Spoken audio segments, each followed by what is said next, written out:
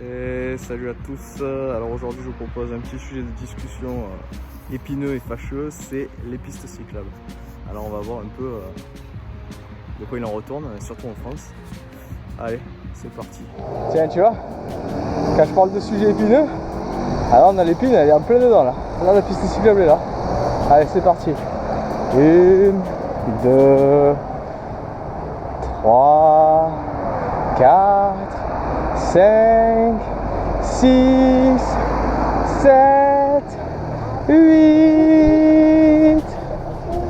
8 voitures sur la piste cyclable, alors que il y avait peut-être 30 mètres. Voilà. Allez, bon visionnage.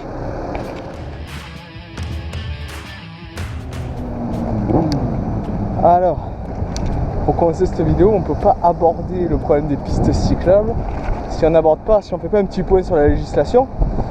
Et donc du coup, c'est ce qu'on va voir maintenant. On va faire un petit point sur la législation française en matière de pistes cyclables. Allez, c'est parti.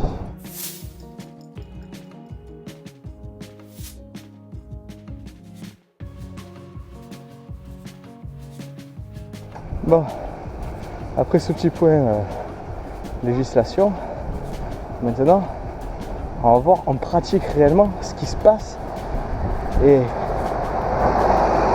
commencer de circuler en espace urbain dit aménagé. Et là, comme ville, c'est Marseille. Alors c'est pas le meilleur exemple, il y a des villes qui sont bien mieux aménagées, mais nous à l'échelle de Marseille, on va voir quels sont les problèmes. Donc là on a le début de la piste ici, voilà. Alors la piste, c'est une bande qui est dans un état, ma foi, je vous laisse juger. Donc là, elle s'interrompt parce que il y a les transports en commun. Et ce premier exemple, il est parfait parce que la chaussée a été refaite il n'y a pas longtemps,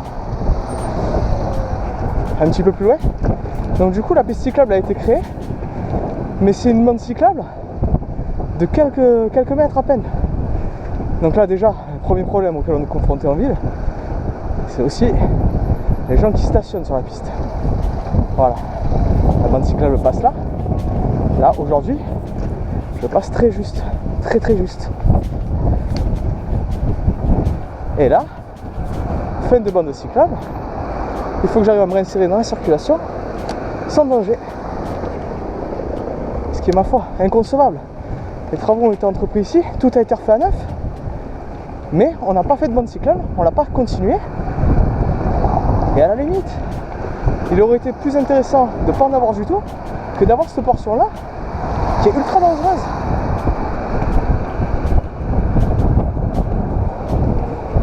Ensuite, là on a de la bande cyclable avec du stationnement sur le côté, donc là comme toujours il faut faire attention, parce qu'on n'est pas en Hollande et les gens ne connaissent pas ouvrir la porte à la hollandaise. Donc voilà, vigilance. Et là pendant un bon moment maintenant, on est sur quand même le boulevard Romain Rolland, qui est quand même une grande artère de Marseille, qui est un boulevard de plusieurs kilomètres. Et là, tout du long, malgré les réfactions de chaussées qui ont déjà été entreprises, il n'y a pas eu de piste cyclable aménagée. Donc je vous laisse juger par vous-même. Alors attention, il faut quand même être de bonne foi. La ville de Marseille a quand même fait d'énormes progrès en matière de pistes cyclables. Il y a quelques années, pour moi c'était inconcevable de rouler à Marseille. C'était trop dangereux. Ça reste dangereux, je mesure le risque. Et souvent, j'emprunte des itinéraires, surtout quand je suis avec mon fils, qui sont un peu plus safe, si je puis dire. Mais il y a eu quand même de gros progrès. Mais dans ces progrès, on peut quand même rester critique sur la manière dont les pistes sont faites. Parce que moi, je suis prêt à parier là tout de suite que le mec qui a fait les pistes cyclables, qui est responsable de l'urbanisation cyclable à Marseille, le mec il a jamais mis les pieds sur un vélo, jamais. C'est pas possible. Il y a des portions qui sont bien trop dangereuses. Et comme je le disais précédemment, au risque de me répéter, c'est parfois moins risqué d'emprunter la route que la piste cyclable. Notamment sur le boulevard national, entre autres, Là c'est Agathe qui m'a fait un retour d'expérience quand elle va travailler en vélo. Eh bien il lui arrive d'emprunter l'itinéraire cyclable du boulevard national, mais qui est jonché de chicanes. C'est-à-dire que la ville de Marseille n'était pas en conformité avec notamment les espaces de containers à déchets, le tri sélectif.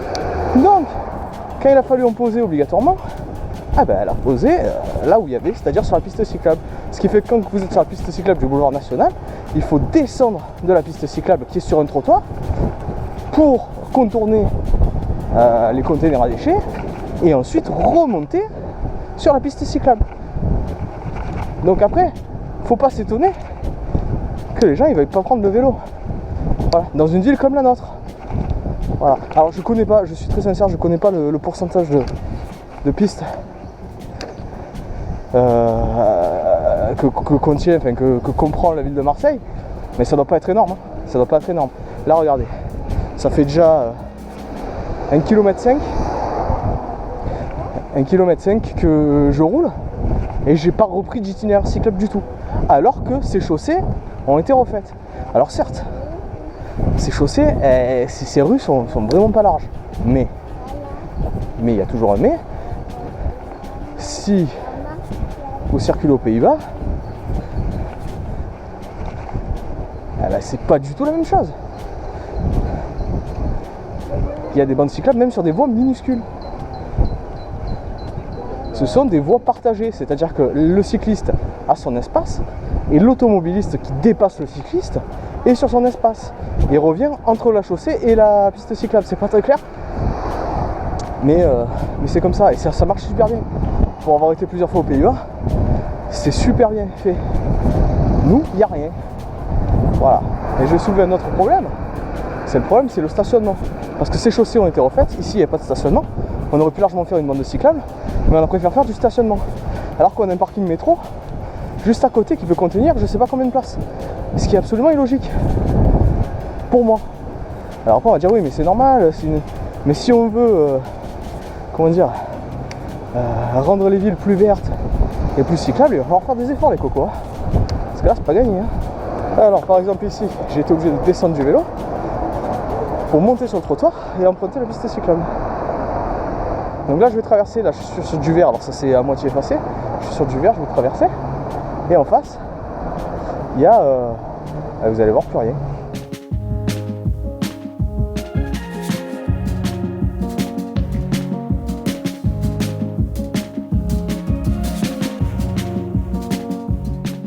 Donc regardez, là je remonte sur le vélo, j'ai une super descente à faire, voilà, pas dangereux du tout. Hein. Wouhou! Ah bah le petit ça l'éclate lui. Donc là, je suis sur un espace partagé. Alors il y a de tout, hein, des cyclos, de tout ce qu'il faut.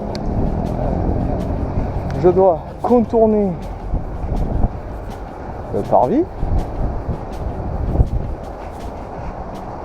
Slalomer entre les morceaux de verre, prendre ce truc de trottoir. Et là je dois redescendre du vélo pour traverser. Voilà, je vous laisse juger par vous-même. Hein.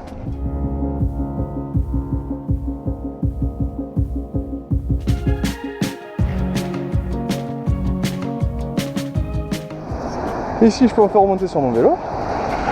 Et là, surprise motherfucker, ils ont installé ça, la ville de Marseille. Ces infrastructures où tu passes pas. Voilà, donc là je suis censé passer comme ça.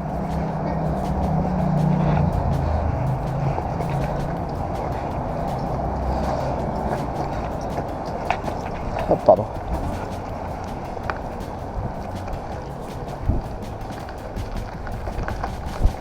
Voilà, après avoir passé cette chicane, là je suis sur un itinéraire partagé, piéton vélo. Bonjour l'angoisse. Et ça a été fait il n'y a pas longtemps. Hein. Parce qu'on pourrait croire que ça date des années 90, mais pas du tout. C'est récent. Avant il n'y avait pas ça. Voilà, et le chemin va continuer comme ça jusqu'au stade Vélodrome, jusque de l'autre côté du stade. Voilà, un exemple pourquoi les gens... Oui, parce que je vous ai pas dit, mais sur la sortie, voilà, par exemple là, typique, je croise les piétons. Voilà. Je suis pas prioritaire du coup.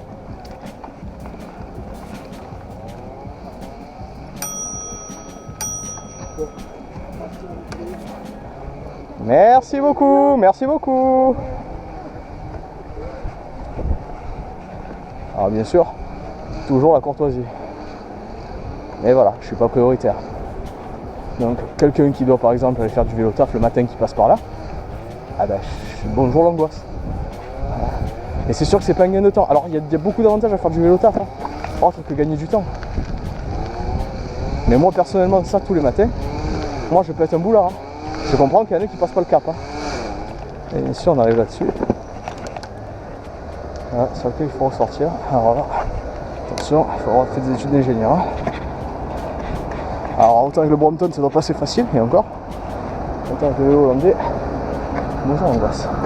Et donc après être sorti ici, là je suis sur un trottoir, donc techniquement j'ai pas le droit de rouler. Alors, j'ai pas le droit de rouler parce que je suis censé être sur un trottoir. Donc je vais quand même le faire.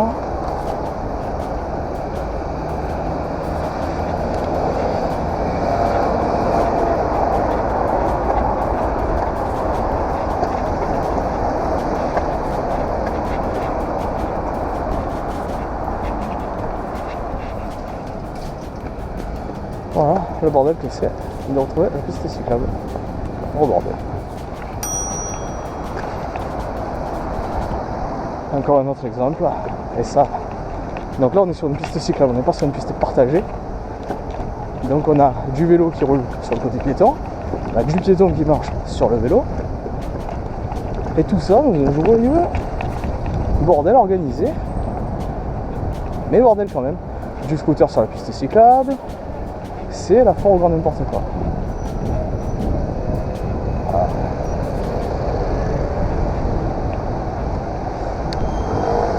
Et donc après on te dit ouais mais je comprends pas, on voit de plus en plus de vélos mais je comprends pas pourquoi les gens ne sautent pas le cap. Bah là j'ai fait 5 km 83. Voilà, 5 km 83. C'est le bordel. Bordel complet. Donc là je suis censé pour traverser. Bonjour, pardon. Et voilà, vous voyez, voiture sur le passage. Hop, et c'est télescopé entre deux vélos. Et ici on arrive sur un espace à nouveau partagé. Piéton, vélo, trottinette. Un bordel sans nom. Alors, imagine-toi le lundi matin en heure de pointe quoi. Donc tu as envie de faire ça. Voilà, là tu crois que c'est fini le bordel? Non, ça va recommencer encore pire. Là on arrive, on a repris la piste cyclable. On va traverser de l'autre côté et après c'est l'enfer qui commence. Et là nous roulons sur une invention magique de la ville de Marseille, un espace partagé. Où là tout le monde va être là. Vélo, piéton, le bordel absolu. Voilà, le bordel absolu. Donc toi 8h du matin tu travailles là au bout. Il était que 6 mois pour y aller quoi. Ça peut vite fait, c'est sûr, sortir les rollers quoi. Limite à pied. Quoi. Merci beaucoup. Il y a bien le symbole des piétons vélo au sol. Donc moi après très sincèrement, pour le retour je vais prendre la route. Mais je vais être confronté à notre problème. Je vais me faire klaxonner par les voitures. Qui vont allègrement me crier mais putain une piste cyclable. Ouais mais elle est impraticable. Voilà. Donc là ce que je vais faire c'est que je vais prendre la route parce que c'est trop l'enfer là de rouler. Voilà, là c'est un itinéraire aléatoire donc là moi j'ai décidé d'abandonner. Là je vais prendre la route jusqu'au bout, la contre-allée jusqu'au bout, jusqu'à David. Et basta parce que... Ah c'était juste pour illustrer un exemple quoi. Voilà. Je retrouve juste un peu plus loin pour le débrief.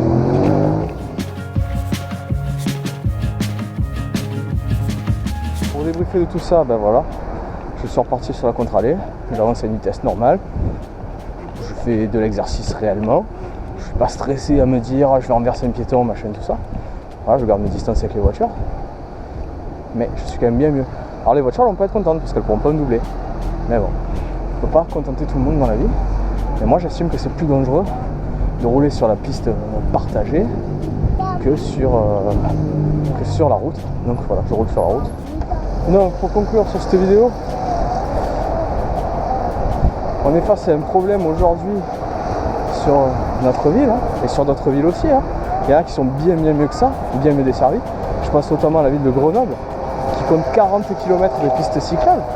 Il faut savoir que Marseille, c'est quand même la deuxième ville de France, et qu'on est à la ramasse complète en ce qui concerne les itinéraires cyclables. La Corniche Kennedy, ça fait quelques temps à peine, et c'est pas fini partout, ça fait même pas quelques années, je dirais, ça doit faire 1 ou 2 ans grand max, qu'on a un itinéraire cyclable, qui n'est pas terminé encore, et on est en 2021. Hein.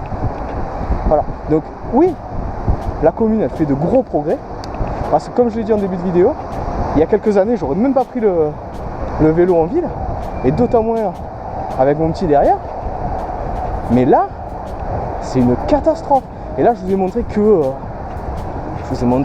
j'ai choisi un itinéraire aléatoire, parce qu'on va à la Corniche, on va manger une glace. J'amène mon fils manger une glace. Je vous ai montré un itinéraire restreint. Je vous ai même pas... Voilà, j'ai pas choisi un itinéraire, parce que on pourrait faire une deuxième vidéo sur ça, sur les pistes cyclables. Voilà. Typique l'ouverture de portière aussi, puisqu'on est... on pourrait faire une vidéo sur les autres pistes cyclables et je pourrais choisir un itinéraire là. Et là, je peux vous montrer que malgré tout, il y a quand même du boulot. Alors, il y a quand même des groupes qui ont émergé. Et là, notamment, aujourd'hui, à l'heure où je vous parle, Agathe va sûrement essayer d'en rejoindre un. Des groupes qui veulent un peu, faire évoluer la pratique du vélo en ville, de par des conseils, par des groupes de recherche sur comment améliorer l'espace urbain. Et je pense que ça, c'est l'avenir, parce que le problème, c'est qu'aujourd'hui, les villes,